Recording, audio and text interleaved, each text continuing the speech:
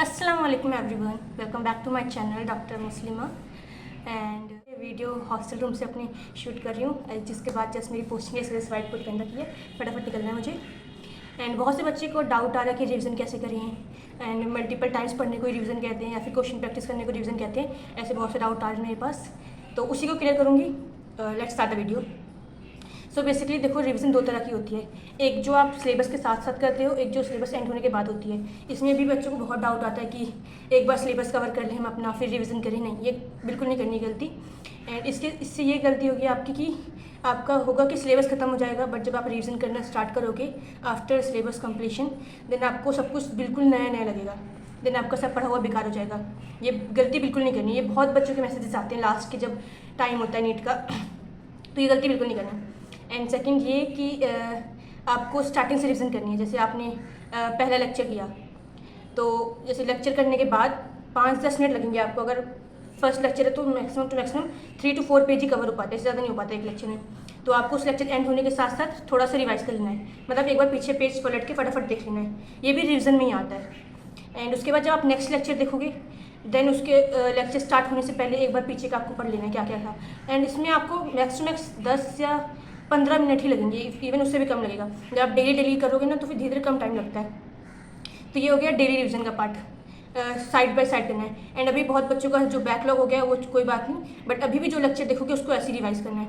Backlog का अलग अलग तरीके से है बाकी, लेकिन जो आप अभी करंटली पढ़ोगे ना, उसको ऐसे रिवाइज करते हुए चलो। एटलीस्ट उसका बैकलॉग ना हो, जो आप पढ़ रहे हो उसका रिवीजन हो जा रहा है साथ साथ। एंड उसके बाद आता है कि पीवाईक्यूज के थ्रू कैसे रिवीजन करती थी मैं। पर्सनली भी मैं ऐसे करती थी और मुझे काफ़ी सही लगता था। देखो, ऐसा है कि पीवाईक्यूज तो करना ही करना है। पीवाईक्यूज की इंपॉर्टेंस सबको पता है, मैंने इस पर वीडियो भी बना रखी है। तो मैं ये करती थी कि पीवाईक्यूज के थ्रू रिवीजन करती थी। मान लो मुझे ऐसा है कि न्यूटन्स लॉस ऑफ मोशन मेरे को रिवाइज करना है फिजिक्स में, एंड मैंने अच्छे से पहले कर रखा है। एक तो मैंने जो बताया डेली रिवीजन, वो तो चल ही रही है। बाकी जैसे रैंडमली मेरे को याद आया कि मेरे को अब इस चैप्टर की रिवीजन करनी है, एंड मेरा वो चैप्टर हो चुका है। 1-2 महीने बाद मुझे है कि इसको रिवाइज करना है, अदरवाइज मैं भूल जाऊंगी। तो मैंने सबसे पहले पीवाईक्यूज उठाए, कोई बुक उठा लेती हूँ पीवाईक्यूज की जो मेरे पास है, एंड मैं फिर उसमें क्या करती हूँ, न्यूटन लॉस ऑफ मोशन के मैं क्वेश्चन करने स्टार्ट कर दिए। तो उसमें ये होगा कि एक तो ये है कि जो नीट में आ रखे हैं क्वेश्चन ही वो हैं, एंड कोई ऐसे वैसे क्वेश्चन नहीं उठाए मैंने फालतू। तो उसको मैं कर रही हूँ। फिर जहाँ मैं अटकी, मैंने सर्कल लगा दिया कि हाँ इसमें मेरे को डाउट आ रहा है। एंड इवन ये नहीं कि आप ऐसे ही बस ऑप्शन सारे नहीं पढ़े तो आंसर आ गया तो आगे चले गए। अगर जैसे कोई स्टेटमेंट वाले क्वेश्चन हो गए, तो उसके सारे स्टेटमेंट पढ़ने हैं, सबको समझना है क्या है क्या नहीं है। जो नहीं समझ आ रहा उसको मार्क करते हुए चलना है। फिर ऐसे ही जब पूरा पीवाईक्यूज मैंने उस चैप्टर कर लिए, तो मेरे को देखना है कि मेरे को कहाँ कहाँ पे डाउट आ रहा था, क्योंकि ऑब्वियस सी बात है कि सारे नहीं हो पाते फर्स्ट टाइम में नहीं हो पाते। तो मैंने मार्क करते हुए चली कि हाँ यहाँ पे डाउट आ रहा था मेरे को, इस स्टेटमेंट मेरे को समझ नहीं आई, तो मार्क कर लिया। अब मुझे जब मैं रिवाइज करूँगी, अब मैं अपना नोट्स खोलूँगी उसमें रिविजन के टाइम, उसी टाइम, तो वो जो पार्ट होगा वाला जहाँ मेरे को डाउट आया, जो फॉर्मूला मुझे याद नहीं आया इस वक्त करते हुए, तो मैं उसको मार्क करूँगी उसमें। हाँ मेरे को ये याद नहीं आया, मेरे को उस पर ज़्यादा जोर देना है। क्योंकि ऐसे जब रैंडमली आप नोट्स खोलते हैं ना, आप लोग हाँ याद आ रहा है, हो गया, ऐसे चलता है कि हाँ हो गया। बट रियलिटी में जब आप क्वेश्चन करोगे ना, तो आपको लगता है हाँ ये फॉर्मूला मुझे याद नहीं आ रहा, बस एक पॉइंट फॉर्मूला का याद नहीं आ रहा, ये याद आ जाएगा तो क्वेश्चन हो जाएगा। ये सब चीज़ें होती हैं, एंड ये आप डायरेक्ट पेपर में जाके नहीं कर सकते, आपको ये पहले से ही इसके थ्रू होते हुए जाना होगा। तो मैं ऐसी पीवाईक्यूज के थ्रू करती थी। तो बहुत से बच्चे पूछते हैं पीवाईक्यूज के लिए किसको फॉलो करें किसको ना फॉलो करें। तो मैं आपको बता दूं, मेरे पास ये दिशा पब्लिकेशन की ये बुक है, 37 नीट की पीवाईक्यूज की बुक है। मैं आपको इसका रिव्यू दिखा देती हूँ, आप इसको देख सकते हैं। दिशा पब्लिकेशन की 37 ईयर नीट पीवाईक्यू बुक है, जिसमें आपको चैप्टर वाइज टॉपिक वाइज मिलेंगे पीवाईक्यूज। मैं आपको एक चैप्टर का रिव्यू दिखा देती हूँ। जैसे कि आप ये वाला चैप्टर देख सकते हैं, मॉर्फोलॉजी एंड फ्लावरिंग प्लांट्स। इसमें टॉपिक वाइज जैसे एनसीईआरटी के फ्लो को मेंटेन करते हुए टॉपिक वाइज दिया हुआ है। एंड ये जो क्वेश्चंस है, ये 2024 से लेके 1998 तक के क्वेश्चन को कवर कर रखा है पीवाईक्यूज के। एंड देखो काफ़ी सारे टॉपिक्स हैं जो भी एनसीईआरटी के सारे टॉपिक्स को कवर कर रखा है। एंड में आंसर की होगी, एंड उसके साथ जो डिटेल सॉल्यूशन मिलेगा आपको, एंड साथ में आपको नोट्स भी मिलेंगे, जैसे कि आंसर के साथ एक नोट भी सबके साथ अटैच कर रखा है इंपॉर्टेंट पॉइंट्स के लिए। एंड इस बुक में आपको डिटेल्ड एनालिसिस भी रखी है पीवाईक्यूज के, ट्रेंड एनालिसिस जिसे कहते हैं। एंड 2024 एंड 2023 के पेपर्स को इंक्लूड कर रखा है। एंड जो डिस्ट्रीब्यूशन है क्वेश्चंस का चैप्टर एंड टॉपिक वाइज बिल्कुल फ्लो ऑफ एनसीईआरटी को मेंटेन करते हुए करा है, ताकि आपके लिए कन्वीनियंट हो करना सॉल्व पीवाईक्यूज को। सो आप ये बुक देख सकते हैं, मैं इसका लिंक डिस्क्रिप्शन में दे दूँगी, आप चेकआउट कर सकते हैं। एंड उसके बाद आता है कि एक्टिव रिकॉल। एक्टिव रिकॉल ये है कि जैसे मान लो आपने अब चैप्टर आपका ख़त्म हो गया है, तो आप उसको बंद करो, आप उसमें याद करो क्या क्या चीज़ आपने पढ़ी है। इससे ये होगा ना, आप दिमाग पे जोर लगाओगे और आप याद करोगे हाँ इस पेज पे मैंने ये लिखा था, इधर ये लिखा था।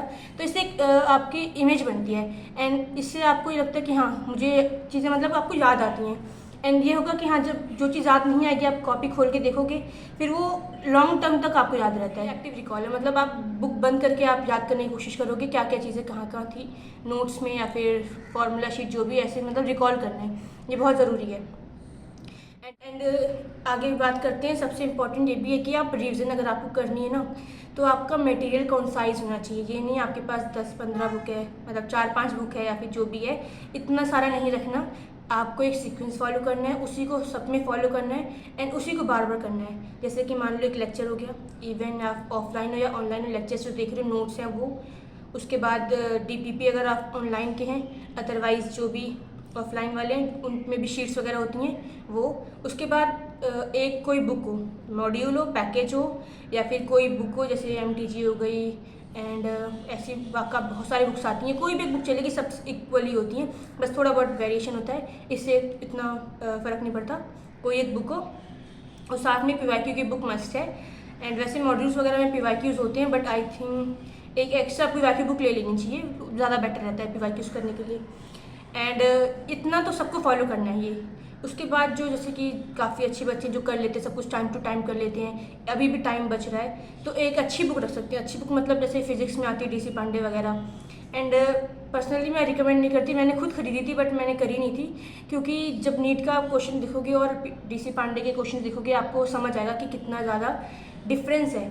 मे बी आप DC पांडे कर लो, बट जो फिर उस वक्त जो आप जो इजी क्वेश्चन है वो नहीं कर पा रहे, तो फिर कोई फ़ायदा नहीं है। एक सीक्वेंस फॉलो करना है, आप इजी क्वेश्चंस भी कर पा रहे हो देन आप टफ पे जाओ, तब सही है। एंड अगर इतना ही मतलब इतना ही फॉलो करना है, उसके बाद इसी को बार बार करना है। जैसे मैंने बताया अपने लेक्चर नोट्स को जितनी बार कर लो अच्छा है।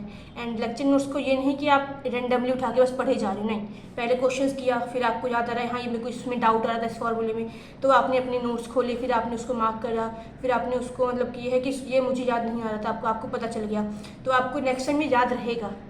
एंड उसके बाद आपने फार्मूला शीट्स वगैरह सब बना रखी हैं, जब आपका टेस्ट का टाइम होगा तो आप सिर्फ फार्मूला शीट को फटाफट देखोगे, ये पैसिव रिकॉल में आता है। एंड पर्सनली ऐसे मैं कोई डे डिसाइड करके रिवीजन नहीं करती थी। मैं जैसे मेरा जैसे कोई चैप्टर ख़त्म हो गया तो उसके बाद मेरे को जब कभी भी टाइम मिले, जैसे कि संडे का टाइम हो गया या फिर जिसे मेरा पढ़ने का मन नहीं कर रहा, उस दिन मैंने कोई भी चैप्टर उठाया जो मेरे को लगता है मेरा वीक है या फिर मुझे रिवीजन की ज़रूरत है। कहीं ना कहीं सबको आइडिया होता है कि हमें कौन सा चैप्टर रिवाइज़ करना है या फिर कौन सा हमें भूल रहे हैं, तो उसके अकॉर्डिंग मैं लिख के रखती थी, तो उसके अकॉर्डिंग रिवीजन अपने टाइम के अकॉर्डिंग करती थी। कोई डे डिसाइड नहीं था। जैसे कि बहुत से बच्चे कहते हैं कि रिवीजन कैसे करें, किस दिन करें, ऐसा कोई डे नहीं होता। बहुत से वीडियोज़ ऐसी हैं जो बताते हैं कि हाँ 147 रूल समथिंग करके, तो आप वो देख सकते हैं अगर आपको सूट करे तो। बट मुझे ऐसे सूट नहीं करता था, मैं रैंडम डे पे कभी भी कर लेती थी। बेसिकली जैसे आज मेरा पढ़ने का मन नहीं कर रहा, मैं ज़्यादा कुछ न्यू पढ़ने का मन नहीं है, तो मैं रिवीजन करती थी मोस्टली, तो ताकि ज़्यादा न्यू पढ़ने का मन नहीं है तो रिवीजन कर लो, रिवाइज भी हो जाएगा और हो भी जाएगा, तो ऐसे करती थी। तो हाँ बस यही है कि जितना भी आपका मटेरियल है उसको बार बार पढ़ते रहना है टाइम टू टाइम। एंड इससे ये होगा कि आपको रिकॉलिंग पावर ज़्यादा होगी। आपको ये है कि जब आप टेस्ट करो आपको याद आना चाहिए फार्मूला, क्योंकि एक बार पढ़ने से याद नहीं आता, वो बस लगता है कि हमें याद रहेगा पर याद नहीं रहता। जब आप क्वेश्चंस करोगे फिर आपको याद आएगा फार्मूला कि नहीं ये चीज़ मिस हो रही है, तभी वो चीज़ें याद रहती हैं। तो प्रैक्टिस करनी है, प्रैक्टिस भी रिवीजन में आता है। और ये नहीं कि हर बार न्यू चीज़ प्रैक्टिस करनी, नहीं, एक दो बुक आपने रख ली है, PYQ रख लिया, कोई एक बुक रख ली, एंड जो लेक्चर्स वाले क्वेश्चन हो गए वही उसी को बार बार प्रैक्टिस करना है। इसी को मैं प्रैक्टिस कहती हूँ। इसका मतलब ये नहीं कि मैंने 4-5 बुक रख रखी है, सब में बार बार अलग अलग प्रैक्टिस करी, नहीं। मटीरियल्स मैंने वो कर लिया सेट, यही करना है, मैं उसी को बार बार करती थी, तो वही करना है बार बार। एंड टेस्ट देने, टेस्ट के थ्रू भी रिविजन होती है। जैसे आपका टेस्ट है उसके पहले फार्मूला शीट्स वगैरह या बना रखी है आपने, उसको बार बार देखो। और क्योंकि नीट्स के पहले आपको यही है कि आप पूरे नोट्स नहीं देख पाओगे, आपके पास अपना 1-2 शीट पे सारे फार्मूलाज हो, पूरा चैप्टर हो, तो वही देखना पड़ेगा आपको, तो वो भी साथ साथ प्रिपेयर करना है। एंड शॉर्ट नोट्स के लिए भी वीडियो बना दूँगी न्यू। एंड बस इतना ही। अगर और भी कोई डाउट हो रिवीजन से रिलेटेड तो आप कमेंट कर देना, सबके कमेंट का रिप्लाई कर दूँगी मैं, एटलीस्ट रिवीजन के रिलेटेड वाला ही होगा, तो क्योंकि फिर टाइम लगता है रिप्लाई करने में भी। बाकी एंड करते हैं वीडियो को, पोस्टिंग पे जाना है। अल्लाह हाफिज़।